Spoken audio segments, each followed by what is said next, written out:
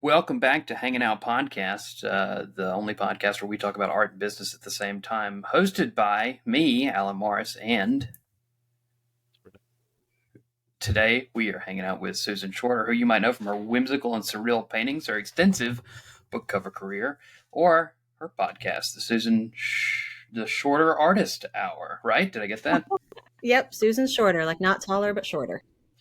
That's a better name than our show. When Bruce told me, I was like, "That's a really good name."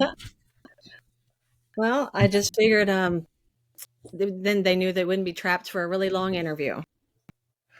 We're kind of the opposite. Sometimes happens with us that we get talking and it gets interesting and it continues for a while. Yeah. I don't know that I can do a super long one today because I didn't sleep well and I need to blocked out 3 hours. get a nap or something. Should be.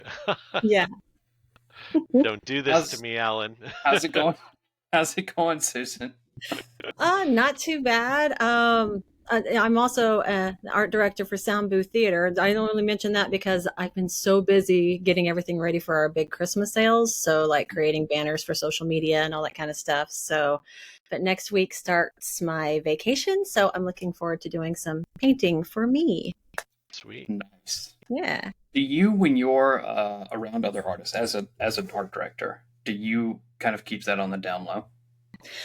No, not really. Because I feel like the artists that I'm around are incredible, when I'm hanging out with my buddies at a LuxCon or whatever. So I want them to know so that if they're looking for art, they know that they can shoot me an email. And if anything crosses my desk that they fit, I know they're professional. I know I get along well with them. So I'm open in my groups. That is, like, I'm not shouting it from the rooftops on my socials or anything, but sure. Yeah. I was once at, what's it called? The Illustrators of the Future workshop. And I hung out with this guy for all of a week. Become really good pals with him. On the very last day, he leans over and he says, "Just so you know, I'm an art director." He didn't want As if it were a dirty secret. Well, he was out of the UK. He didn't want anyone else to know, so they wouldn't, be harassing him the whole time. Yeah, it can definitely happen at a LuxCon this time. One of the Magic the Gathering art directors who was there mentioned that everyone was kind of eyeing him like he was a juicy morsel of meat. Sure. Well, I don't get that because it's like I don't work for D&D or something like that. It's a startup. They're doing amazing, but it's not like a household name. So I don't get as much, the people looking at me like I'm on the menu sort of thing. So how'd you end up making the move from book cover illustrator to art director? Was that? It was the weirdest thing how it fell in my lap. I didn't search it out. He came looking for me. I had worked at Author Solutions as a staff illustrator for 15 years, doing children's book and covers and all that kind of stuff. And I had just had the worst year of my life. My dad died, my father-in-law died, and then I lost my job. They sent the art overseas to save money, and so they laid off the art department. And a producer that I had worked with on another project, illustrating his project, had told Jeff about me, who's the CEO of Sound Booth. And Jeff found out that I got laid off and contacted me from Dragon Con. He was there doing some social stuff and asked me to be his art director. But at that point I was like, I had the shittiest year of my life and it's a career change, an overwhelming one. I had no idea how to be an art director. But he started me out slow, doing small hours, and just kind of taught me how to do the job as I go, which was amazing. And I was so nervous that by doing this, I wouldn't be able to be an illustrator anymore, which is where my heart is. But I feel like it's really kind of made me a better illustrator because it's taught me how to talk to art directors and how to clean up my website to show what I want to do and all those things, which I still need to focus more on. But Do you get a sense when you're, let's say, critiquing more than working or 50-50 or whatever, do you get a sense that you can view your work with in a third party vision these days, or does it?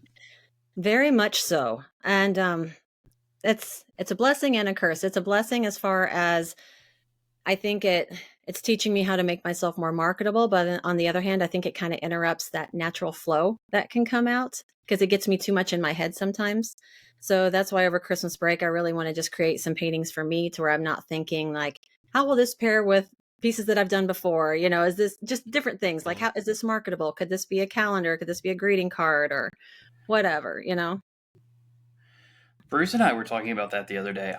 Once you start selling or promoting your work, it's so difficult to get back in that space. I can tell you when I'm making, especially personal work, there's always that voice in the back that's like, "Will this sell well?" Yeah. Right? And that really interrupts the flow of what we do.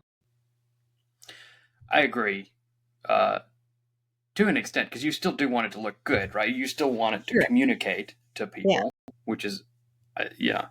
Yeah. Too much of an And it- audience in your head all of a sudden, yeah. with I'm a bit different neurotic anyway. outcomes it's going Yeah. going for. I found though that the pieces to where I was just like, F it, I need to not stay so focused on all those little extra little voices in my head and just create what feels good.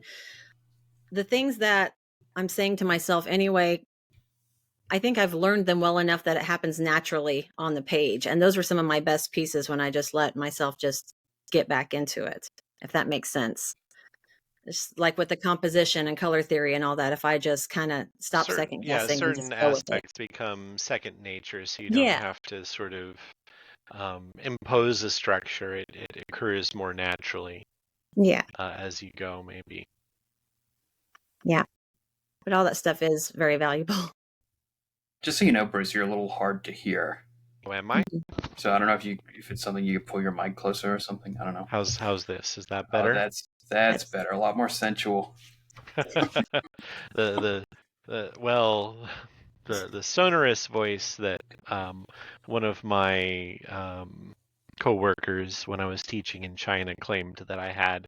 I don't hear it. I don't think that I have a sonorous voice, but You they pitching seem to yourself for like other it. folks.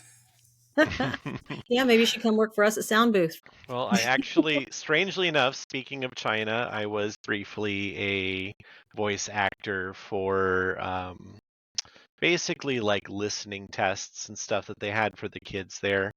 So it was reading through lots of textbook problems, um, and they always had like a male voice and a female voice.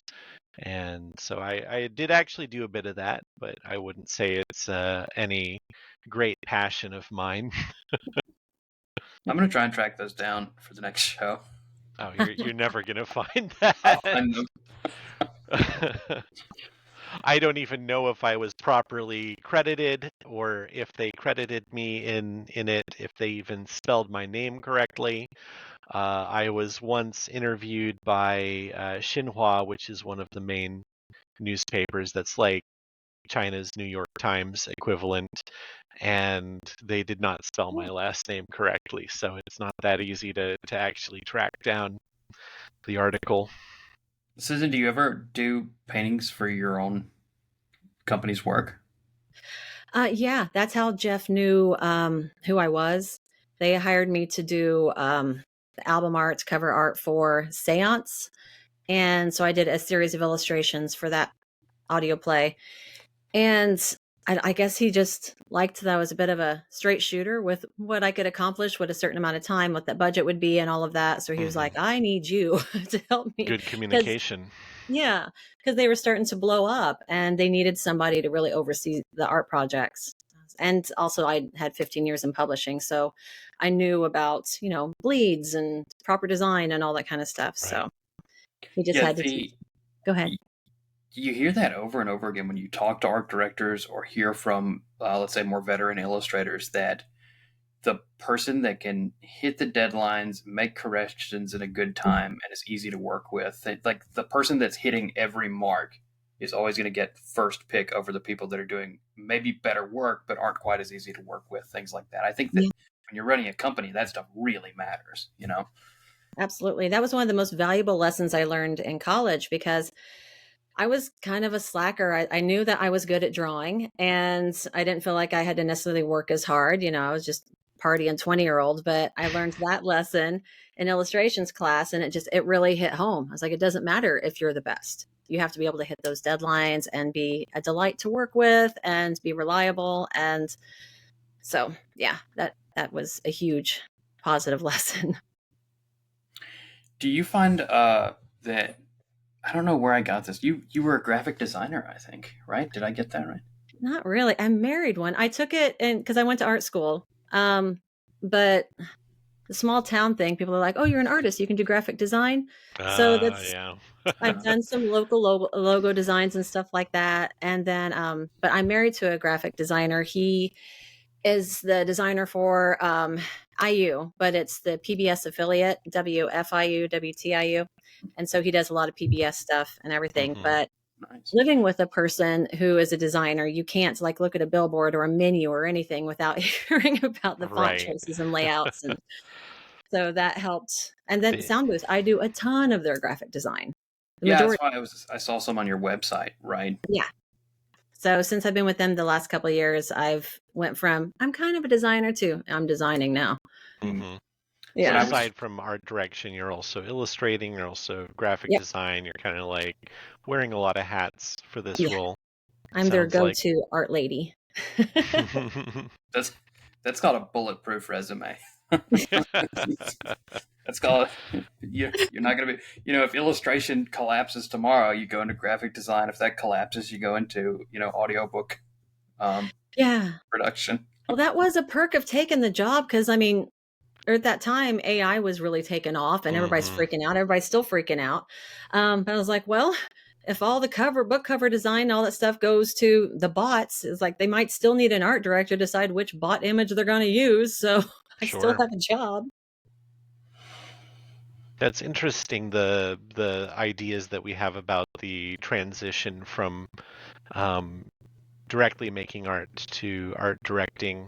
I think I was talking to one of my mentees the other day, and they were saying, or they were asking really, whether I felt like art direction was the natural endpoint, like of an illustration career. And I said, not really. It's its own skill tree, like kind of Yeah. separately. And some people do jump into that, like you certainly can transfer from an illustrator, but you can also transfer from graphic design.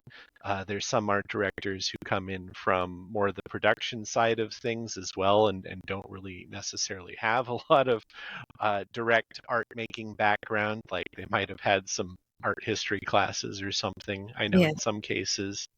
So it's kind of an odd thing. Um, I think about the preconceptions that artists sometimes come in with, that that might be the end goal. Okay, like the art directors, the more in-house, um, more stable position, possibly better paid salary. I don't know. Did you have any inklings earlier in your career that you might think about going in that direction, or did this kind of come out of nowhere? It absolutely just fell out of the sky. I had no idea it would even be an option. I didn't know anything about being an art director as far as like, did they have to take classes for it? Is it something that, that you have to have a certain degree in or something? I had no idea. And then whenever I looked up the requirements, I'm like, oh, I can do that job. But it's crazy to to deal with my own, I don't know, self-esteem sort of thing to tell these artists how they should change their work to better fit Hmm. what I'm imagining. That's been kind of difficult. I just got to trust my own personal knowledge, but it's hard to do. But luckily, so far, the couple artists I've hired are like Michael Blank and Joe Slusher. I never Yeah, I love pronounced Joe. it right. Yeah, Yeah, I mean those are both they're incredible amazing. artists. So Yeah. So I'm just like, tweak this, tweak that, but it's perfect. So I haven't had much of a challenge yet as far as that goes, but I'll knock on wood because I don't want to. well, that's perhaps the ultimate strategy as an art director, right? Just Hmm. choose amazing artists who are easy to get along with, and hopefully they'll make your job a little easier too. Yeah, that's the plan so far. Yeah, when I work with Grimmuck Press, it's really just Sean over there and Sean Speakman. And he just says, okay, do these and let me know when you're done. There's no deadlines. There's really no feedback other than what if something in the story doesn't quite match up. But Yeah. it's another level of unnerving, I think. The of not having direction. I appreciate the trust that they put in me, but Yeah. sometimes you want those handholds or also the box to build in. You know, Yeah. um, Well, I think that's where I kind of had an advantage being a staff illustrator at Author Solutions because I had an illustrations coordinator and I had an art director that I would talk directly with. So they would create these layouts for me, had like illustration description, character descriptions, and break it all down. And so I kind of use that same process when I'm dealing with my artists, and it's really been beneficial. Like I was learning things for this job at the time. I had no idea I was learning to be an art director. yeah. So you're more of a short leash type art director, you'd say, or Well, like I said, I hire the ones that I know are going to do an amazing freaking job. And then I just kind of give them the basic guideline. This is what the characters look like. This is the time period or whatever. And these are the specs.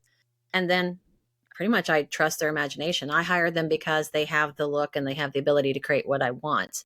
Sometimes I'll show them, oh, maybe different artists' work or different things. So they're like, this is kind of the vibe we're going for. And yeah, and then I'll give them as much or as little feedback as they want as we go through it. I yeah. That sounds good. I Nice mean, flexibility. it sounds like you're easy to work with in general. So Oh, thank you. I haven't worked with you, so I don't know. You might behind the keyboard, you might be Yeah. you might be hitting the whip a little bit. I don't know. Sounds like a good Goldilocks zone because it's definitely like there are extreme ends. Either end, like too little feedback, too much feedback, Yeah. can both be a nightmare to work with as an artist. And I guess similar to your story, Alan, most of the art directors I've worked with at Magic have tended to be like fairly concise, and they're not going to hold your hand and give you a whole lot of feedback on like, Mhm. well, here's what you can do to make this the most amazing piece ever. Like they're choosing good artists, they're letting you go at it, and then they'll tell you if you did something that doesn't work for the mechanics of the project itself. But other than that, it's like, okay, we've got way too many assets to manage. We don't have Yeah. time to to walk you through like, oh well, here's like a little paint over, and here's the little things you could do to just push it up a scotch. For me, it just depends on the artist. Like Joe, I don't think he didn't need a ton of feedback. But then with Michael, he enjoyed, I think, us having that back and forth. And I would even, Mm-hmm. yeah, do some little paint overs and stuff, and we kind of brainstorm ideas and such. So it just depends on what each artist's comfort level is. Yeah, I often end up these days telling people that I do better with more feedback because I'm one of those artists. If I'm looking at something for too long, I can't see it any other way. Yeah. I've heard all Mm-hmm. the tips. It's like I'll walk away for a day or two, come back to it, tries to flip it upside down. It doesn't work for me. Yeah. I need to have that other contributor um, Do you have involved, friends especially. that you ever bounce that off of? Because like I have like you probably know Jacob Walker and then Phil Mm-hmm. Velikan is a sculptor. They're my two closest buddies, live in Indiana, that are in the same field as us. And anytime I'm at that spot, I send it to them. And I gotta be aware that they're gonna send me back honest feedback. So I have to Right. be prepared for that. But Useful, frank feedback is yes. always quite valuable, as long as it's Frank from people feedback. that you who people whose judgment you trust, right? Yes. Like that's the key thing there.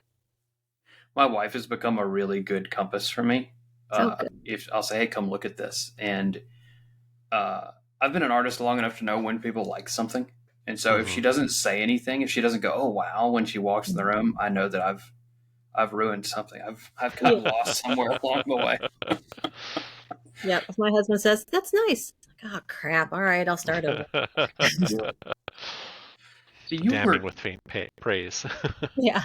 you've been working in the industry a while. You were doing book covers for how long? before this? I did a few book covers, but I mainly did children's book That's illustration. right, children's book illustration. Yeah. I did it for 15 years. So I graduated art school in 2004, but I didn't get started in the industry till it was like late 2007. I don't know. Have you guys ever seen that movie Waiting? Yeah. From the early 2000s? That was so my life because I had my degree. I knew what I wanted to do, but I was managing and waitressing at Joe's Crab Shack for a couple of years and just not knowing what was going to happen. And then, yeah, they offered me to be, full-time staff manager. And I'm just like, oh God, no, I had to flee. So, Don't You want to get saw the stuck. yeah, oddly enough, I got my position at Author Solutions through online dating because that was how I met my husband. And he was the lead cover designer at Author Solutions, and they were looking for a children's book illustrator. And like my favorite little line, I guess, is when preparedness meets opportunity. Right. And I had never like given myself into being a full-time waitress. So I kept working and kept working. So whenever he was like, hey, we're hiring here, I had my stuff ready and I stalked the art director until I got that job and was so there for a long time. the children's book. Oh, you were there for a long time? Oh yeah, 15 years. Okay, so that was okay. Gotcha. Right. Mhm. So the children's book industry, I've met other children's book illustrators, and they say it's a little bit cutthroat. Did you find that to be true, or since you were working for the same company, was it? Yeah, I didn't have that issue. I've never worked in the traditional field of it because I would show up and sit down and they would give me my papers for the day, whatever I was working on. And it was a bit of, I hope I don't get anybody hating on me from Author Solutions. It was a bit of a sweatshop because we had the different levels. And like level 1, you were given 1 hour for sketches, 1 hour for line art, 1 hour for color. Wow. And yeah, it would be intense. So I learned to work really fast and very efficient. But then you also got like level 2s, which had some shading and some detail. It was a tiered scale based on how much the author paid. So this was like a self-publishing Yes. kind of a deal, and so based on what they're selecting, that gives you your marching Yep. orders. Yep. And then they would deal with the authors and then let me know what I was drawing for the day. But then I also did book covers. So maybe they sold a novel on the other side of the company and they need a book cover for it. So then they would come to the art department and I would be told what I was working on and went from there. So did a little bit of everything. I even did medical illustration there. So it really helped to train me to be on my own. But I really enjoyed just going in and listening to my murder podcasts and drawing teddy bears all day. That actually sounds really enjoyable. I don't know why. I guess because I like the workhorse aspect of what I do a little bit because it's very meditative. I can sort of zone out, and the idea of being able to hang up the apron and go home for the day is just, and then come back and do the job again. Yeah, and you're not have to worry about clients or anything like that. You're getting a paycheck biweekly. You have insurance. I mean, it was a unicorn job. The pay was shit. I made $17.50 at the end of my 15 years, an hour. Wow. Yeah. So it's not. I mean, it's terrible. And that was work. And that was still too much for them, and they had to go and outsource. Yeah, they still couldn't afford that. Yeah, I was a senior illustrator making Wow. $17.50, and yeah. But I loved my job. I worked with amazing people. I was around a group of artists every day. Yeah, I got to listen to music and podcasts and just draw and then go home. Yeah, I listened to when I worked with Todd Lockwood. Sort of a different environment, but back in the '90s when TSR was rolling out all those books all the time, it was still a little similar to that. Right, the staff illustrator position that rarely exists anywhere. Yeah, basically doesn't exist anywhere anymore. I think the stories of other staff illustrators or listening to him working with other artists just felt like, I don't know, some heaven I'll never reach. Yeah. And we would have Christmas parties and paint ornaments and we'd have pizza. I don't know. It was awesome. I really enjoyed it while it lasted. But this has been really fun too, being an art director. It's scary learning how to do it, and being an artist on my own. I don't have, the comfort of just showing up and then here's what I'm supposed to draw for the day. I actually have to go out and get clients now. So you got to grow. How do you get clients?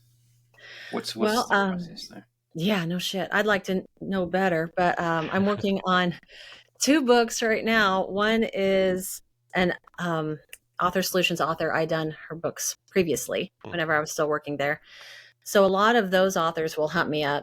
So because I've already done their characters and it's easy for them to Right. keep rolling with it. But the other is, and this is going to sound like a name drop if you're into 80s movies, but Alon Mitchell Smith, he played Wyatt in Weird Science, in the Mm, John Hughes movies. Hmm. He's a friend of mine, and we're working on a book together. He is the professor of medieval studies now in Southern California, so very university. cool. Yeah. So he wrote a book, and I'm working on the drawings, kind of Grimm's fairy tales kind of thing. That's great. Is it actually Grimm's fairy tales, or can you not say? No, it's not. It's a story that he wrote, Okay. and he's freaking brilliant. And but it's got kind of that vibe to it, kind of Mhm. gritty and dark, and so the illustrations are pretty fun. I love that type of stuff. It's not something I do. I like, I guess I go for a little bit more epic glamour in my stuff, but like I still keep a copy of Grimm's fairy tales over here because that's what first got me into Yeah, mythological illustrations. And it's not really mythology, right? It's a collection of stories, but yeah, I don't know. I just like that that fable folklore kind of thing. folklore. Yeah, Yeah, but that's cool. yeah, Um, it's exciting. yeah. What do you see yourself doing this until you have to stop or? Yeah, pretty much. The convention thing wears on me. I'm 47 now, and each year I'm like, I'm more tired. I mean, Yeah. it's a lot. So if I could just, yeah, the art direction thing and pick illustration projects that get me excited. Like I'm hoping Alon's book takes off and then Penguin picks it up and we'll be set. But yeah, just things like that would be fantastic. I would love to just be an elderly woman painting in my studio and people are paying like 20 grand for this gorgeous thing, the dream. But we'll That's the see. dream. Yeah. Yep. That's the Donato. We, Yes. We all He's the want to be ideal. Donato. have you tried taping fruit to your wall? I hear that's a good one. Right. Look at me over here just painting away when all I had to do was go to the produce section. Go to Art Basel in Miami and see what you can do. Figure out what kind of meme you can create, because Oh, that's yeah. apparently what our society values. Well, not all of them. We still all have, groceries in our cupboard so far. So there's a Yeah. few collectors out there. Yeah, fingers crossed. Can't don't want to whistle past the graveyard, but so far so good. So far, so good. Yeah, I mean, it's worked out, right? And that's one thing we always try and talk about on the show is like, how can we steer the conversation to where a younger version of ourselves can get, a, tips for getting to where we are. And even though Yeah. the world's kind of changed from there, we're not quite living in the second illustration golden age like we were when people like Todd Lockwood were working. Yeah. What tips might you give to a younger you or someone listening if they Um, want to follow in your footsteps? One, don't be so hard on yourself. The sky is not always falling, and to always be learning. I mean, we have to just keep dancing the dance. Things are constantly changing, and even though I do traditional art, that's my jam. I learned how to do digital coloring and to paint that way, and because sometimes that's what clients want. And if you want the job, you got to be able to do different things. And oh gosh, I don't know, and also to not be afraid to paint what you love. I found I have a lot of pieces sitting in the studio or things that I thought other people wanted to see. I was trying to paint what I thought would Mm, sell. And I think the lack of passion is yeah. absolutely in that piece. So don't be if you like it, somebody else is going to like it. So just paint what is true to you. Find that one weird thing that you always like to paint and then do that and trust Yes, that there's an audience out there for it. absolutely. And if you have to take side jobs to make a living while you paint, it doesn't make you any less of an artist. You're still an artist. Yeah, have a long-term plan and that can be part of it. Mhm. That's kind of what kept me going when I was working a cashier job at Home Depot and when I was an ESL teacher for years and years. It's like, okay, there's a longer term plan. I'm working towards it. All of this, like if you think about the jobs, the day jobs and such strategically, you know, figure out Yeah. how is this getting you closer to that goal. It's a resource. Just, Yeah. yeah.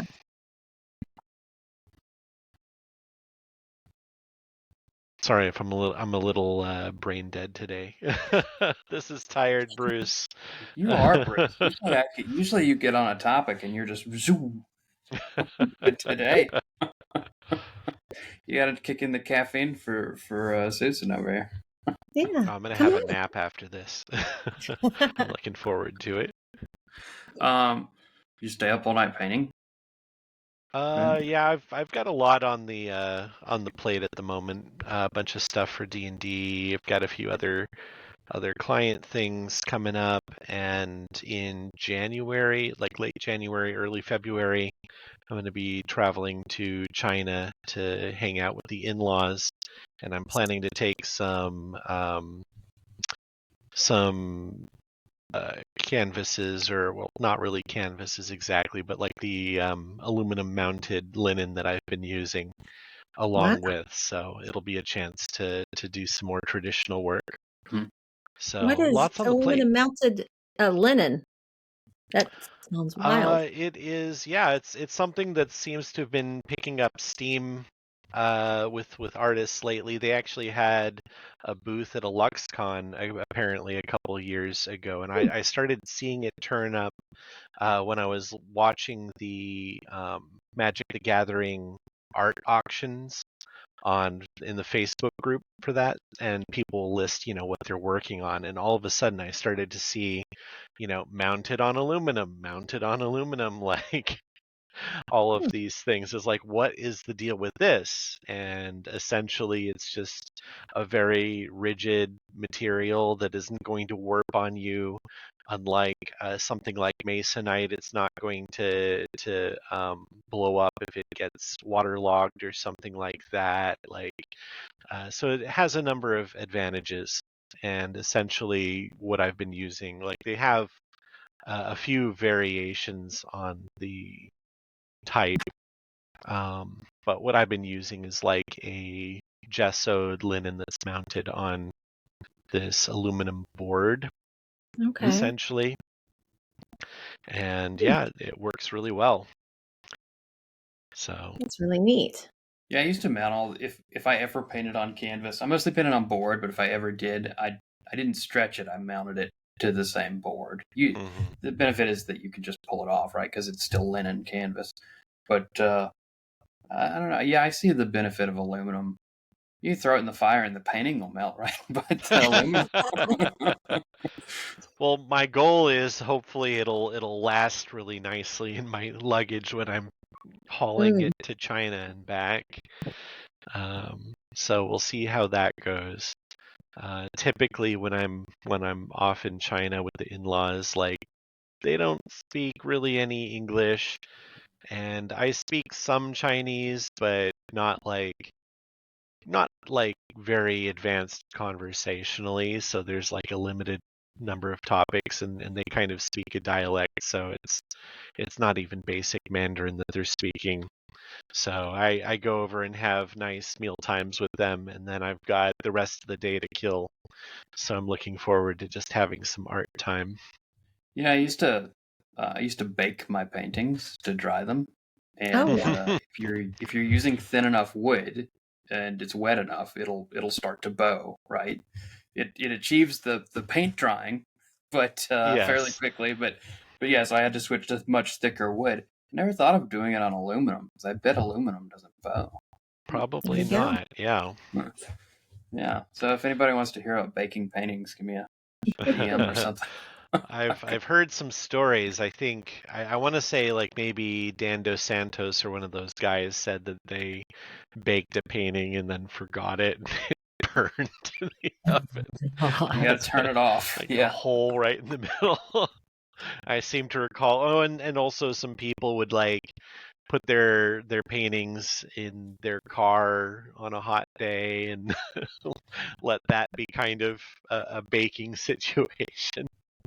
So there's a few different methodologies there. I don't know that I recommend them all. We're getting away from our interviews. That's fine. I'm enjoying it. Go That's the ahead. point of a hangout. It's A to hangout. tell weird, fun stories about things. Now, can I ask, Bruce, how did you get involved with D&D? They reached out to me. It was specifically because I had created that reputation as like the weird and alien landscape guy.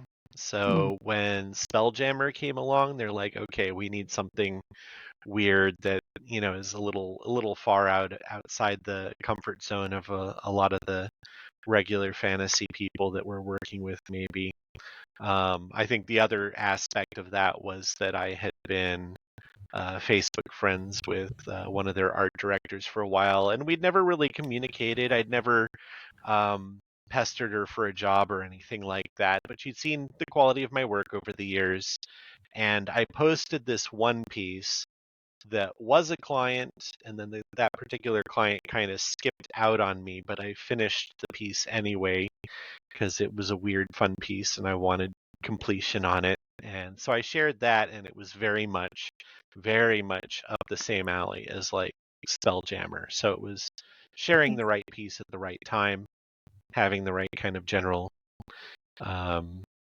reputation, and just seeing the consistency of my work over the years, I think. When you can listen to it, speaking of previous podcasts we had done, when Dave Raposa was on, I don't know if we caught it on the recording or not, but when they had done the trailer for the Logan movie, I want to say, or the other Wolf, whichever one he did, he knew, I guess because he'd been in the industry long enough, that they didn't have like all the art or all the production done by the time the trailer was finished. So he did the most expert fan art piece he could of Wolverine and made sure it was shared all the way around the internet just so it might get him that job. And although you were sort of doing the same thing without knowing it, right? Just right piece at the right time Well, I while mean, they were this looking is for it. Yeah, you cast that wide net, then you do the things that you're passionate about, and you never know whose eyes are gonna get on any given piece. But you put out the kind of stuff that you want to be doing, and hopefully it works out. And in my case, it did. That's literally both with Magic and with D&D. How it kind of worked out was just doing my thing and letting the magic of the internet work for me. Susan, you were talking about personal work. What's your personal work looking like these days? Oh, well, I've got a lot of ideas. I just don't have them on the canvas yet. I have one that I'm working on, which is a spin on Red Riding Hood. She's grown up and there's more wolves, but she's made peace with them. It's a circular painting, and she's like laying in. It's called Den Mother. She's laying amongst the wolves, and there's the firelight going up on the rocks and stuff behind her. Oh, that's a So cool that's one. take on it. Yeah, I like it Thank already. you. And so that's one I've been working on, and it's in acrylics. So I've been doing watercolor so long. I want to get back into acrylics and oils a little bit just to kind of mix things up and shake things up a little bit. And the others, I just haven't decided if they're going to be watercolor or oil paintings yet. And I don't want to share them so in case somebody steals it and paints it before I get to the other ideas. But what you were saying reminded me of another tip that I think for the up and comers is to get yourself out there. Like so many of the opportunities I've had is because of friends that I've made in the industry, chatting with people, at conventions and stuff, getting myself out there, making friends, but also on Facebook, social media, all of that, sharing my artwork. It's like if you're not out there and you're not putting your work out there, nobody's going to know to hire you. Yeah, in the age of the AI onslaught, the fact that we're humans should be our biggest selling point. And Yes. in order for that to be our biggest selling point, we kind of do have to get out of our art caves a bit and go see some people in person and just be fully human and have some human moments with them. That Yeah. seems to have worked out pretty well, Yeah. at Well, least in my and the experience. podcast is this same idea, just to Mm. get out of our, well, we're still in our caves, but to Bring our visit with caves to the kids, general public. connect our caves with little tunnels through the internet and visit a little bit now and Yeah. again. Yeah, it can be another social pillar, as it were. Um, my biggest tip to younger artists is always just to ask for things. I've gotten so much in my life by asking for things that maybe other people might be a little fearful to. I Yeah. remember when I was teaching school, there were tons of graphic designers, or graphic design when you're in art school kind of crosses over into illustration a lot of the time because you're kind of learning everything at once. And I remember asking someone because they were graduating. What do you want to do? And they're like, I'd love to do. They were talking about making labels, like cool labels for wine bottles and things like that. And they're like, but I don't just not there to work for this company or that company yet. And I'm like, well, have you asked? You can just reach out to them and ask and say, hey, I want to work for you. Can I do it? And they're probably going to say yes. I mean, Yeah. if you do it enough times, that's been my whole career. Any work I've ever gotten is just writing in and saying, hey, can I work for you? Can I do this?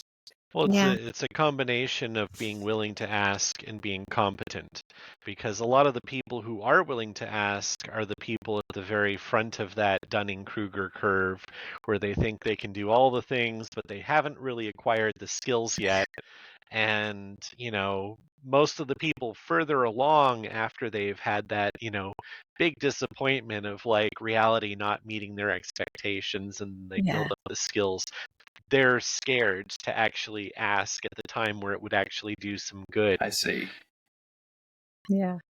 Well, and like there's groups like the Sisters of Fantastical Arts and yeah, groups like that on Facebook and stuff where God, I go on there and ask questions all the time, whether it's like social media, how to get, your stuff out there better, get more likes and followers and all that because those become sales to, like, oh my God, I'm thinking of switching up my booth. What are you guys using for backdrops or whatever, pro panels or anyway. So, yeah, I'm always asking everybody's advice in our little community.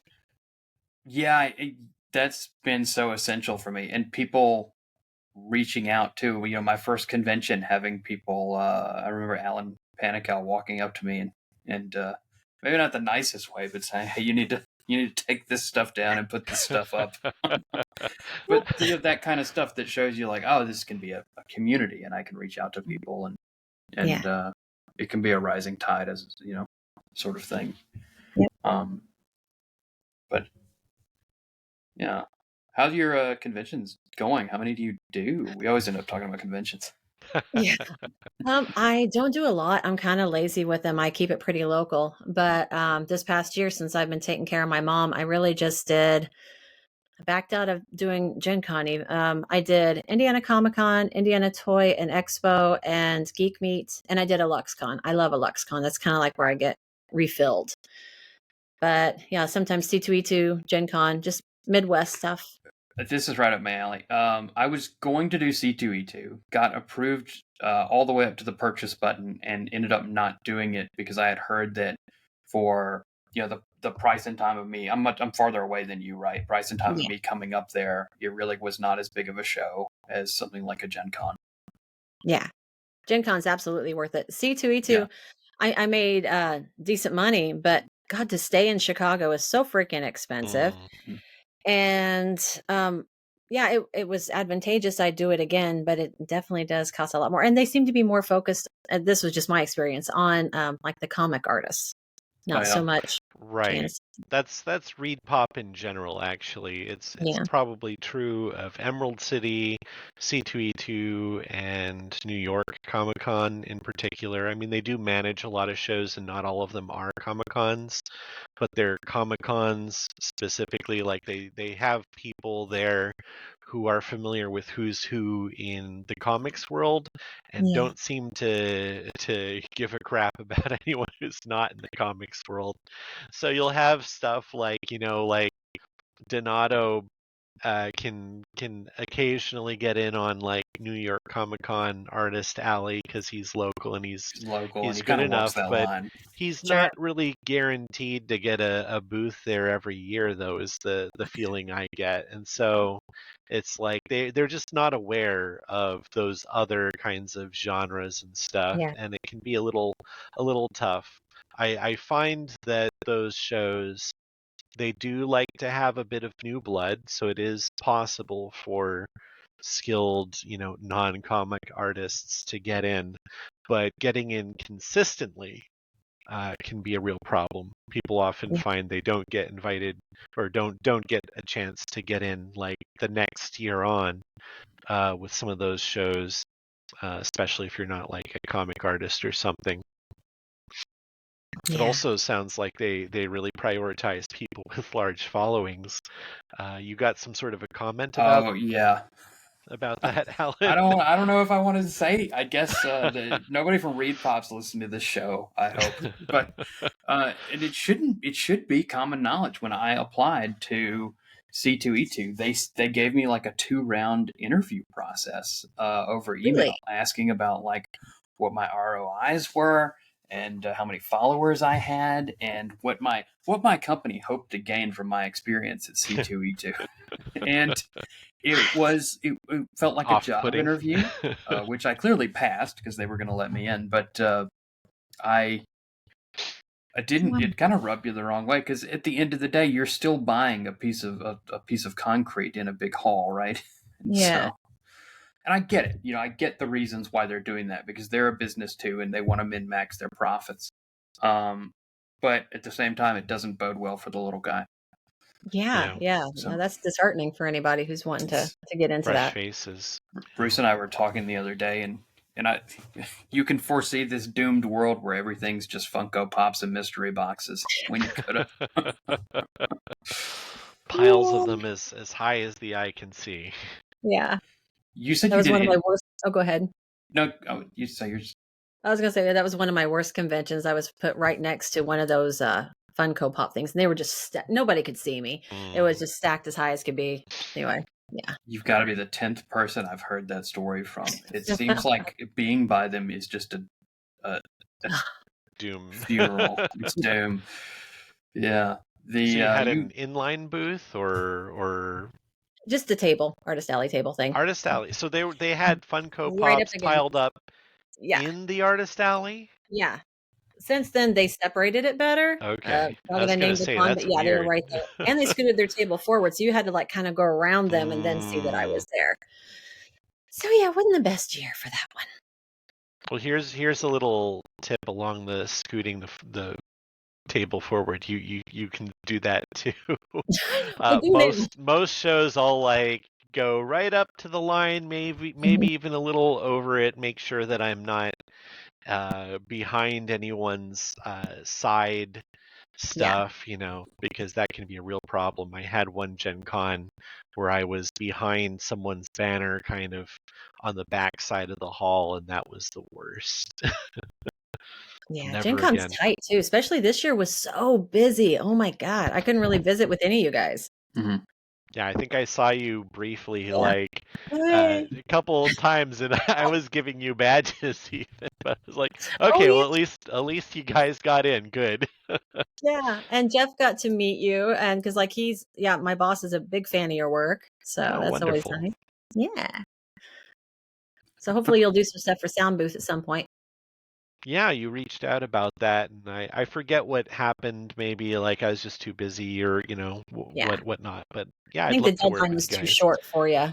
Yeah, that could be. I think it was just oftentimes I'm booked, several months out, and so Mhm. when people are like, "Oh, well, what can you do for us?" By the end of this month, or even by the Yeah. end of next month, that's often not possible. Yeah, At that's hard with least, us because a lot of times the art comes at the end of the process. So I'll find out, oh, we need covers made, and we yeah. have like a month, yeah, a month for something. So, or two. So it's Yeah, usually pretty it's tight. And most of you professional people are booked out past that. So I never imagined when I was younger that I would be booked out, 5 to 6 months that's from awesome. when someone might email me. And it's not always like constant work, right? But it'll be just enough space between deadlines to where you can't fit Yeah. something in, or long Yeah. form You don't want to projects. take the chance and like drop the ball on any of it. You're like, okay, I've got a full enough plate that anything else and it, upsets the whole thing, and we've got shattered ceramics everywhere. Yeah. Sometimes I get clients that aren't you, right? That don't have hard deadlines. Maybe they're self-published authors, and I'll say, okay, I might be able to do sketches and color roughs in January, and it might be March until I can finish the thing, and then I can make something work when those black holes sort of show up. But Yeah. that's very few and far between that people want that, because everyone wants, when you're hiring somebody, you want to be the center of their attention, and I want the work I'm doing to be the center of my attention. That's how I do my best work, right? So Yeah, for sure. That's you why this said, project with Alon is taking so long, because I'm just fitting it in where I can in between Hmm. projects. So I want to try to prioritize it, because I'd like to, get it out before I retire. So, Yeah. but I also want it to be really good work. Like when this comes out, I want people to be like, "Holy shit, I didn't know she had that in her." So Yeah, and yeah, that's the stuff that gets you even more cool projects, right? yeah, you said you had done the Indiana Comic Con, right? every year. Is it a good one? It is. I mean, it's my local one. Hmm. I really enjoy it. But the last few years, because Oh Phil no. and Jacob Walker and I, we always do tables side by side. So then we can watch each other's booths and we can hang Hmm. out and we can bring some margarita mix on the last day, or whatever. We have a good time. But that's this past couple years, it hasn't been as good. A friend of mine calls it the celebrity petting zoo, because most people are just coming to Mm, spend their money and meet whatever, yeah. was on the lady that was on Charmed or something. But I do well there every year. This past year was pretty good, but I'm also a local, so I have friends in Indianapolis. So a Right. lot of them show up, but I also have a lot of repeat people that saw me there maybe 10 years ago and want to see what I have new and just continue on. So I think that's a benefit too. It's just Yeah, that they expect to see me each year. I just signed up for that over the weekend. Pulled the Oh, trigger on cool. that over C2E2, partly because of the pricing of C2E2. From what I heard, that, like you said, didn't quite match up with what The you were getting. expectations. Yeah. Yeah. And I'm familiar with Indianapolis, and I really love going. Yeah. Hoping it'll be fun. I looked at some walk around videos, where people stream walking around the convention. Even when I looked at every single day, it didn't seem too small, which was nice. But Yeah. I have been to those shows where people just go straight for the celebrities. So And it is that. It is that. And there's also some comic artists there that are going to take some of the attention as well. But you're going to make your money back and you're going to meet some new fans. If you just go into it, it's not going to be Gen Con. It's just not. mhm. There's no way in hell it's going to be anything close to that. But I think you'll do well. Do you do an artist alley booth, or do you do I a do. booth, or okay? Yeah, just Artist Alley. I I've now hit the point where, unless it's a double, or at least an 8 foot like Gen Con. Well, Gen Yeah. Con provides the walls, but now I've got the what do you call them, the pro panels. So now Yep. anything under the 10 by 10, and I'm sort of screwed. Um, Yeah. You need more the space. Yeah. the last time I was in a true artist alley, I got those. And I said, okay, there's a local ish show. I'm going to try it out. Mhm. I brought my, what are they, 10 feet tall pro panels, and I'm never going to forget this guy like 5, 6 tables down. He comes while I'm setting him up. He says, "Hey man, nobody can see us past your walls. You need to move them." And I was like, "What?" No. It's my space. It's like, sorry man, maybe you need to get your own walls. I don't know what to Yeah. tell you. Because I do the pro panel walls there and it looks sharp. Yeah, it looks good. I don't know. Yeah. That's the first time anyone's ever said something like that to me. He was just having a pissy day and wanted to take it out on you. I guess so. Well, he's probably one of those who's like right on the edge of things. It's like, okay, Yeah. gotta eke out every little tiny benefit just to cross the line, and that is a rough place to be in. I get it, but also it's like it's not your booth space to tell them Mhm. what not to put up, as long as you don't have your art facing out into Yeah. your neighbor's booth. Like, you are within your rights to have that there. Yeah. Actually, I don't know about you, Susan, but I always tell my neighbors if you want to put something up on your side of my walls, that's fine. Right. For sure. Yeah, with pro panels that can be nice, and it can work out well for both parties. I always have an open dialogue with people like behind me and beside me and stuff to make sure that we're all cool with how everybody is Yeah, set up. yeah. Because you want to have a good experience while you're there, and you don't want to be that person, Where I guess another reason I stopped doing as many AAs is I'm at a point now where I'm pretty confident that I'm going to make money at a show when I go to it, and then you would either it seems like you're pretty lucky being by Jacob Walker, right? And so he's sort of in the same spot. But then if you're by some person who maybe it's their first time, I've been to some shows where I'm around people and they're having a terrible time. And it makes you feel bad almost because you're sitting there making money. yeah. This is not a brag. I don't make millions of dollars, but No, but it's we work on yeah, this. We've worked on our booth setup and the work that we're putting out there, and it's our yeah, And the livelihood. way to talk about it. and then to be by the person who's just maybe trying their first time and they're not taking it well. They're sitting down. They're maybe a little miserable now. It was a little uncomfortable after enough time. Sure.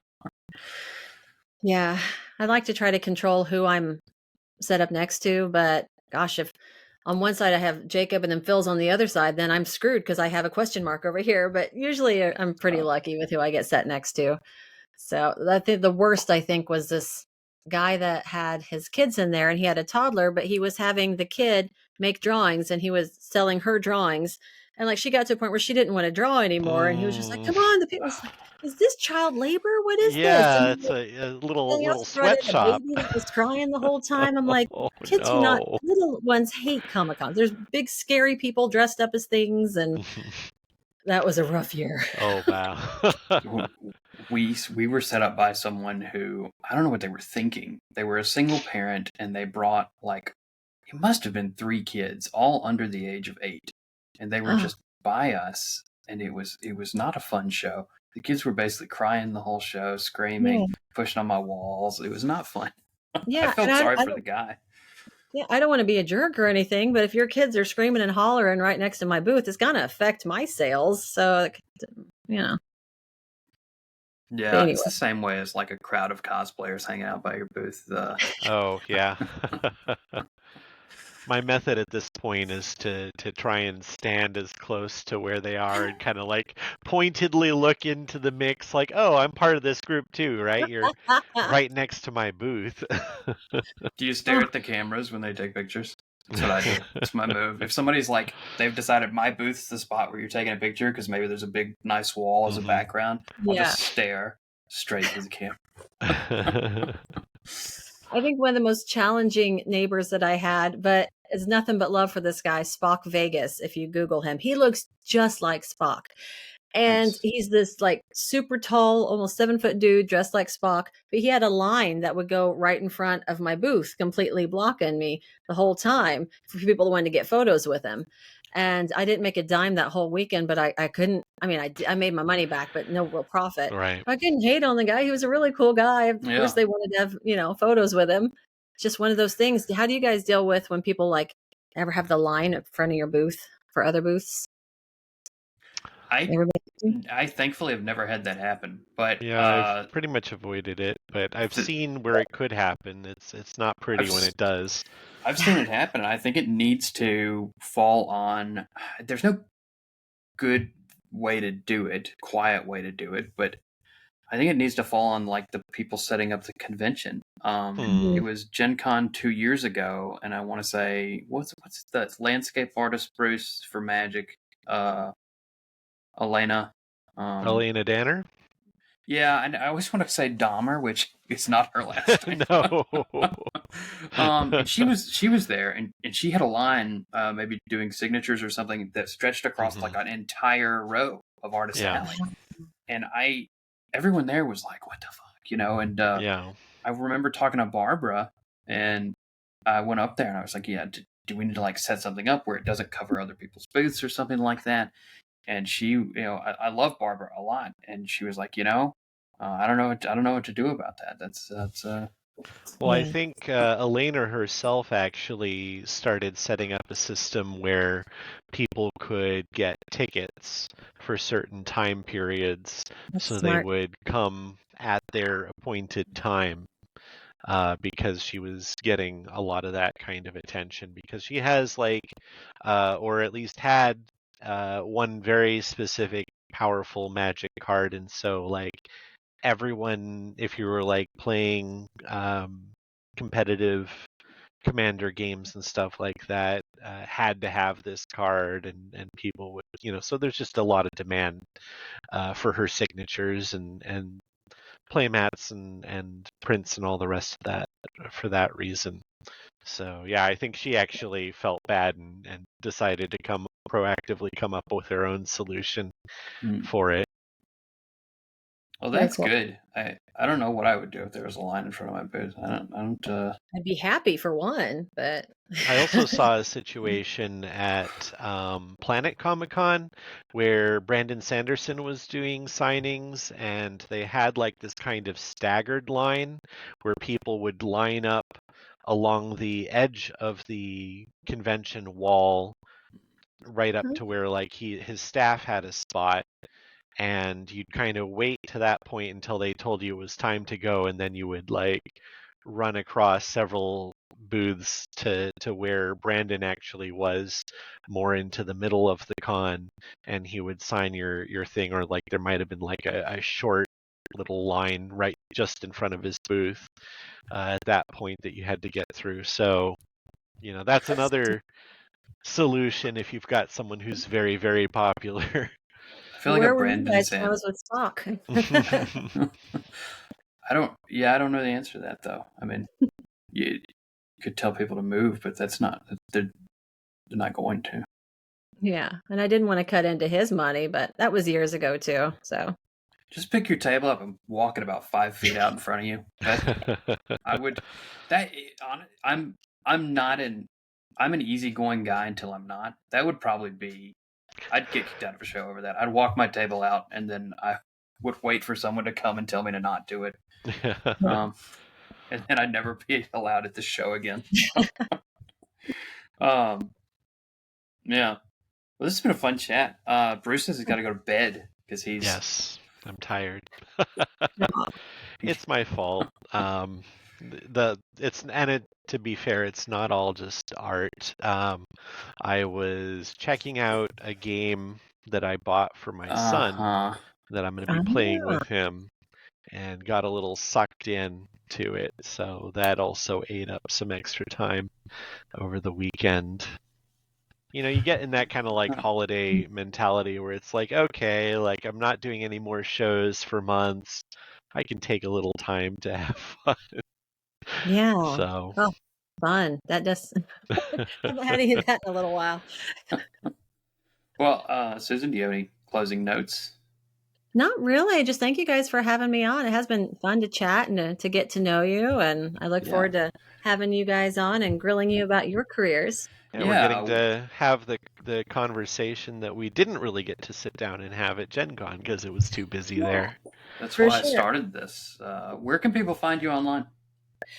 Just susanshorter.com. And I'm on Instagram and TikTok and Blue Sky. And usually most of my handles are Susan Shorter Art, but just Google Susan Shorter because I think some of them have an underscore in them or not. But yeah, Yeah, Susan Shorter. you were Go easy to ahead. find. You were the Yeah. first one on Google. Nice. Which Well, the only other Susan Shorter is some politician out in Nevada or something. She's stolen a handle or two from me, but other than that, you know that she knows who you are too. That's the best part about Yeah. that. This yeah. I'm slowly creeping past the real estate company in Florida, who's also Ooh. Alan Morris, and I know they know who I am. That's the You best should do part. an illustration for them or something for one of their ads. That would be hilarious. I've Alan thought Morrison. about it, just sending it to them. Yeah. Yeah. Yeah. Here's a Thanks. picture of your company getting eaten by a giant alligator. This is what I wish would happen to you so that we didn't have to fight over social media handles. Oh, yeah. I once got an email from an Alan Morris out of Iowa. He was a photographer, and apparently he was getting emails about the Bulgariad. So I don't know how that happens, but because my email's right there on the site, but I guess it happens. Yeah. Right. People don't read. So Nice. anyway, well, it's been a good This show. was lovely. What do we Yeah. have? Okay, for everyone out there, you can catch us next month. Where we're gonna try and keep this monthly thing going. I think we're gonna try and stick to a schedule because we're a real show now, and we're supposed to be talking. Do we have anyone lined up, Bruce? I haven't specifically lined anyone up, but we've got lots of friends. It'll be someone cool. We got a lot of friends. We're gonna get Brad Pitt in here next month. Don't miss Brad Pitt. Since we're a real show now, make sure to like, subscribe, and comment. We have to say that if we want ad revenue. And yeah, but really, comment on anything we missed, anything you might want to hear will be in the comments. You can find us on social media. Anybody you want us to have on, just let us know. You can find me at Alan Mars Art, and you can find Bruce at, I think, Bruce Draws.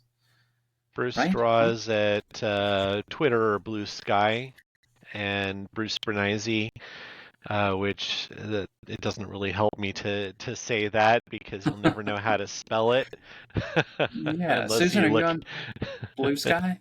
I am. I was told to just get my name over there at first, but I've been trying to post on there, and yeah, It's been great. build up my following. Yeah, I like it. It's nice. Yeah, I've been doing it. There was a big push, what, a week or two ago, right when I Yeah, first joined, and then it few sort few of weeks slowed down. ago, and then the push has dwindled a little bit. But that's how social media always kind of goes. Yeah. And you kind of pay attention, keep your ear to the ground.